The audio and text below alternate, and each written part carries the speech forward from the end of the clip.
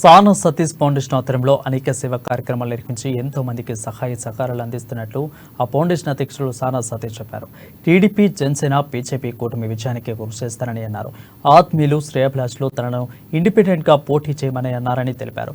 జనసేన అధ్యక్షులు పవన్ కళ్యాణ్ ఏది ఆశించినా చేయడానికి సిద్ధంగా ఉన్నారని సానా సతీష్ స్పష్టం చేశారు.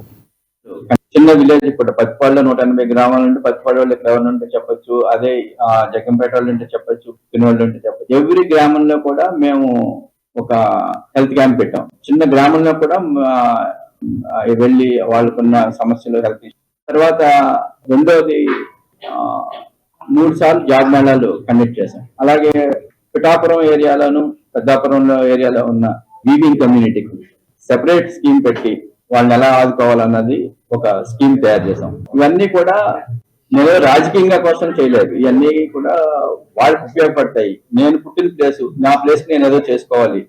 నేను అనుకోకుండా మధ్యతరగతి కుటుంబంలో పుట్టి ఈవేళ ఈ స్థాయిలో ఉన్నాను కాబట్టి